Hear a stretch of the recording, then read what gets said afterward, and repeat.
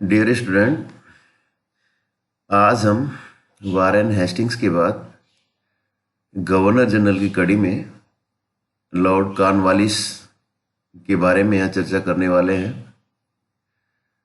इससे पहले देखा है कि वारेन हेस्टिंग्स भारत का पहला गवर्नर जनरल बनकर आया था पिट्स इंडिया रेगुलेटिंग एक्ट के तहत। और उसके बाद उसने जो सुधार किए थे, उसके बाद लॉर्ड कॉर्नवालिस ने उससे आगे बढ़कर न्यायिक क्षेत्र में हो चाहे आर्थिक क्षेत्र में हो बड़े सुधार किए हैं। तो वही सब आज हम देखने वाले हैं। वारेन हेस्टिंग्स की शासनकाल के उत्तरार्ध में देखते हैं कि रेगुलेटिंग एक्ट में जो बुराइयां थी उसी को दूर करने के लिए 1784 ईस्वी में पिट्स इंडिया एक्ट ब्रिटिश संसद के द्वारा पास किया गया था। और इसके अनुसार गवर्नर जनरल को विस्तृत अधिकार प्रदान किए गए तथा लॉर्ड कॉर्नवालिस को गवर्नर जनरल भारत बनाकर भेजा जाता है। उसे भी भारत में कुछ निश्चित उद्देश्यों की पूर्ति के लिए भेजा गया है। और जो प्रमुख उद्देश्य थे वो था भारत में एक सुदृढ़ प्रशासनिक व्यवस्था की स्थापना करना, जिसकी नींव कहीं न कहीं वारेन हेस्टिंग्स रख देता है। तो उसी को सुदृढ़ करने की कोशिश करने के लिए ब्रिटिश सरकार इसको भेजती है। और दूसरा था शांति एवं न्याय की व्यवस्था करना, कंपनी की आर्थिक स्थिति को सुधारना और कर्मचारियों में जो भ्रष्टाचार व्याप्त था उसको दूर करना और देशी राज्यों के मामलों में यथासंभव हस्तक्षेप नहीं करना। तो इन सभी उद्देश्यों को लेकर लॉर्ड कॉर्नवालिस को ब्रिटिश संसद के द्वारा यहाँ भेजा गया था। और अपने शासनकाल के दौरान कॉर्नवालिस ने इन्हीं अपने उद्देश्यों की पूर्ति सफलतापूर्वक करने की कोशिश की और कहीं न कहीं वो कंपनी शासन में स्थायित्व प्रदान करता है। तो इसी कड़ी में हम सबसे पहले देखते हैं कि कॉर्नवालिस की विदेश नीति कैसे थी। प्रारंभ में देखते हैं कि हस्तक्षेप की नीति के अनुसार कॉर्नवालिस ने देशी राज्यों के संबंध में तटस्थता की नीति का अनुसरण किया। यद्यपि वारेन हेस्टिंग्स ने मुगल सम्राट शाह आलम के साथ अशोभनीय व्यवहार किया था, लेकिन कॉर्नवालिस ने भी उसे किसी प्रकार की सहायता प्रदान नहीं की। हैदराबाद के निजाम ने पहले ही अंग्रेजों की मित्रता स्वीकार कर ली थी, अतः कॉर्नवालिस ने भी निजाम से मैत्रीपूर्ण संबंध बनाए रखे तथा उसके आंतरिक मामलों में हस्तक्षेप नहीं किया। इसी प्रकार मराठों के मामलों में भी हस्तक्षेप करने की कोशिश नहीं की गई, क्योंकि मराठे स्वयं ही आंतरिक कलह से परेशान थे तथा उनसे ब्रिटिश हितों की क्षति पहुंचाने की तत्काल संभावना नहीं थी। परंतु बाध्य होकर कॉर्नवालिस को मैसूर के साथ युद्ध करना पड़ा।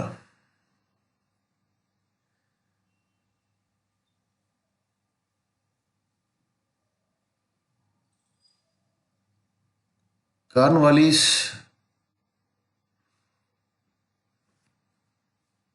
भारत में अपने इन्हीं उद्देश्यों की प्राप्ति के लिए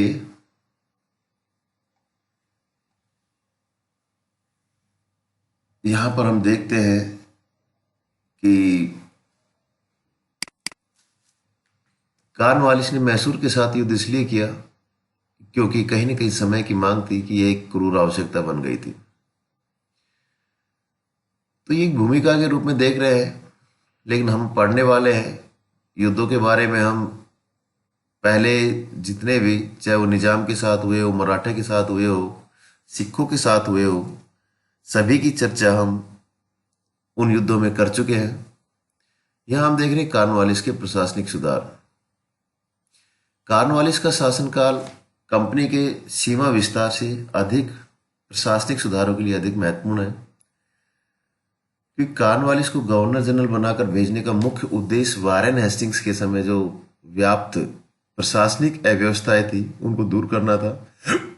चूंकि कॉर्नवालिस विक दल का सदस्य था और भारत में वह इस दल के सिद्धांतों को लागू करना चाहता था। अपने सुधारों द्वारा कॉर्नवालिस ने कंपनी शासन को एक निश्चित दिशा और ढांचा प्रदान किया। इसी आधार पर थोड़े बहुत परिवर्तनों के साथ कंपनी का शासन अंग्रेजी ताज के अधीन जाने तक बना रहा और कॉर्नवालिस ने हेस्टिंग्स के सुधारों से भी प्रेरणा ली और आवश्यकता अनुसार उनमें परिवर्तन कर उन्हें व्यवहारिक रूप कहीं न कहीं प्रदान किया।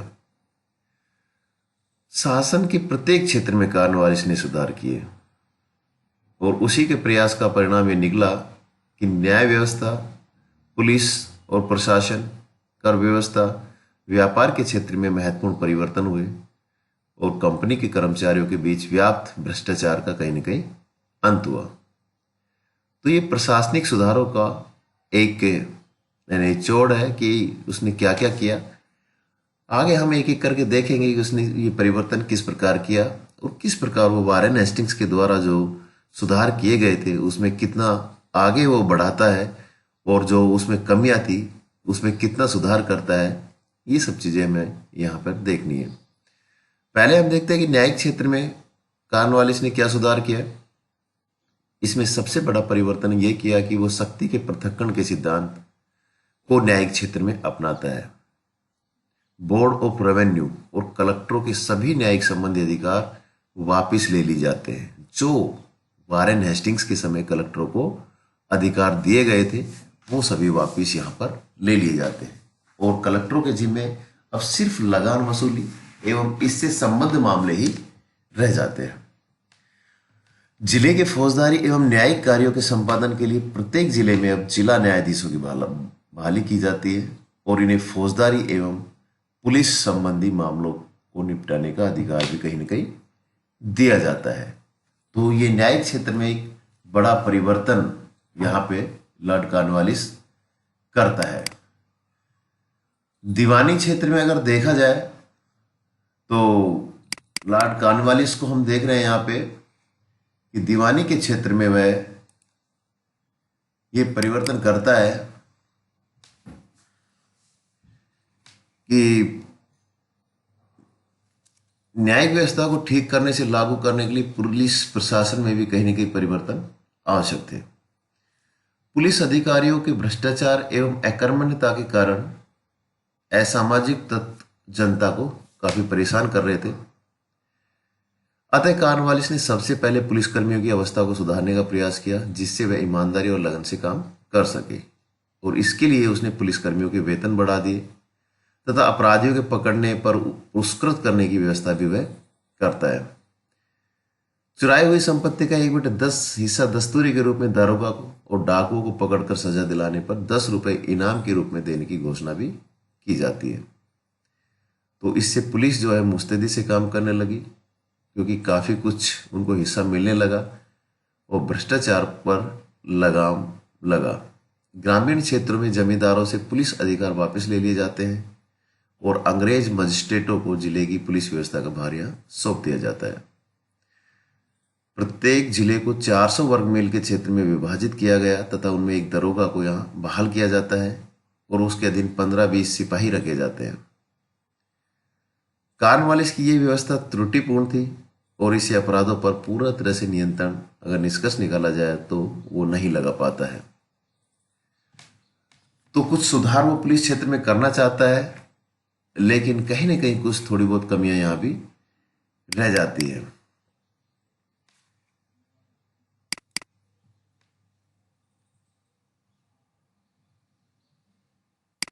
आगे देखते हैं कि जो लॉर्ड कॉर्नवालिस है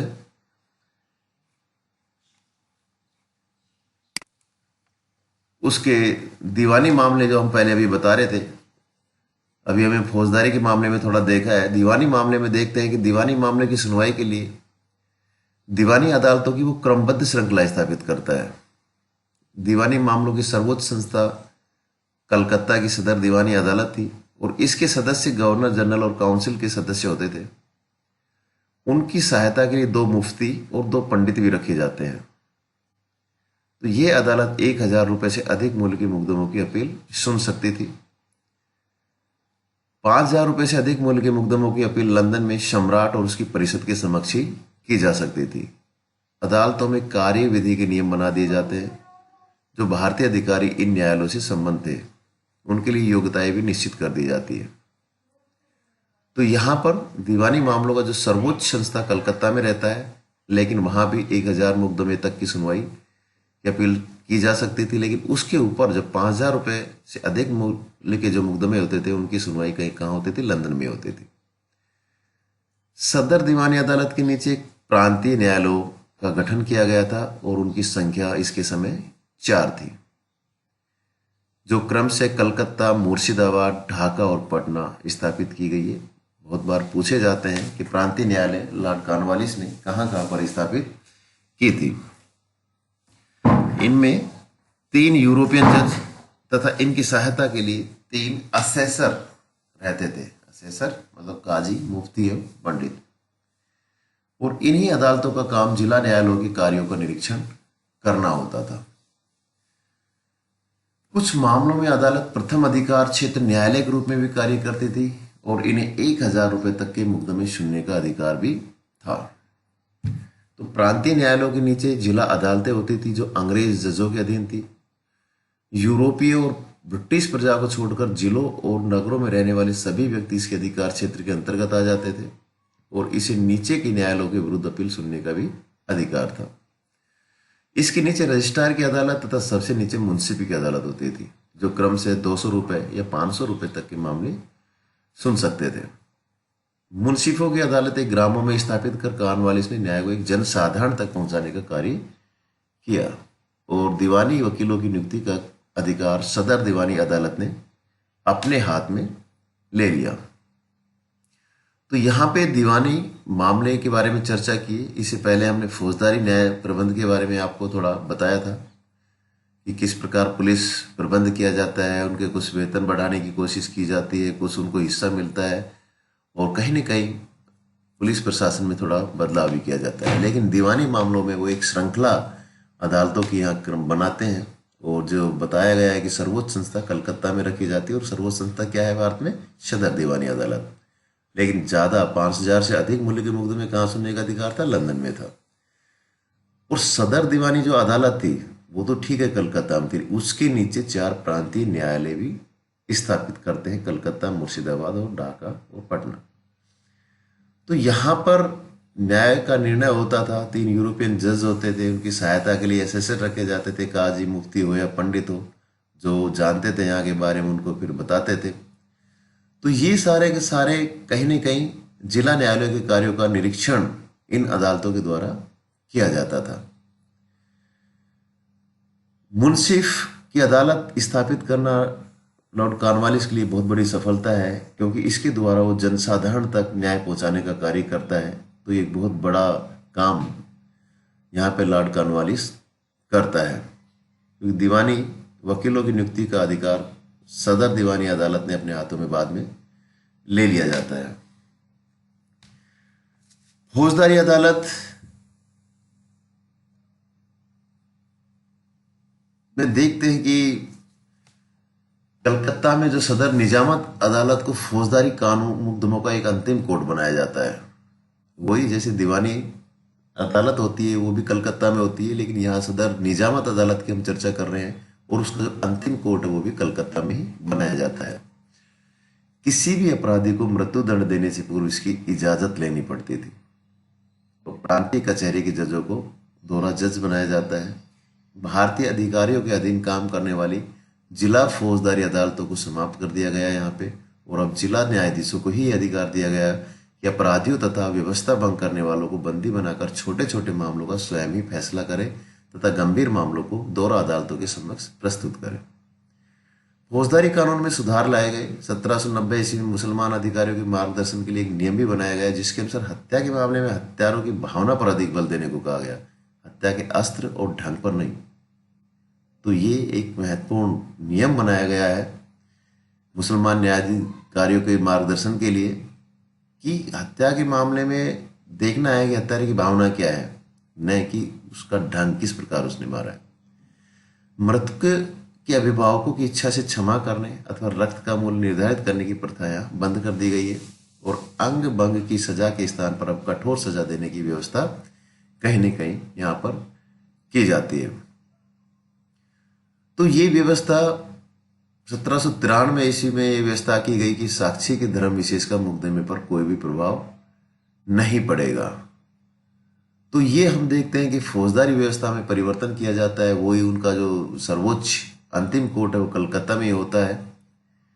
यहाँ भी एक श्रृंखला होती है फौजदारी कानूनों की भी, और लेकिन यहाँ पे जो जिला फौजदारी अदालत है उसको यहाँ पे खत्म कर दिया जाता है। और अब जिला न्यायाधीशों को ये भी अधिकार दिया जाता है कि अपराधियों तथा व्यवस्था भंग करने वालों को बंदी बनाकर छोटे छोटे मामलों का स्वयं ही फैसला करें तथा गंभीर मामलों को दौरा अदालतों के समक्ष प्रस्तुत करें। और सबसे महत्वपूर्ण परिवर्तन फौजदारी कानून में किया गया कि मुसलमान अधिकारियों के मार्गदर्शन के लिए नियम अलग से बना दिए गए कि जो भी हत्यारा है उसकी भावना पर अधिक बल दिया जाए, नहीं कि उसके ढंग पर। तो ये लॉर्ड कॉर्नवालिस के कुछ न्यायिक क्षेत्र में सुधार थे।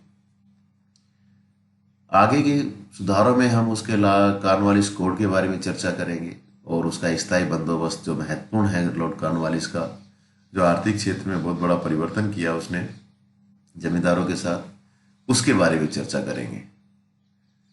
तो आज के लिए इतना ही। Thank you.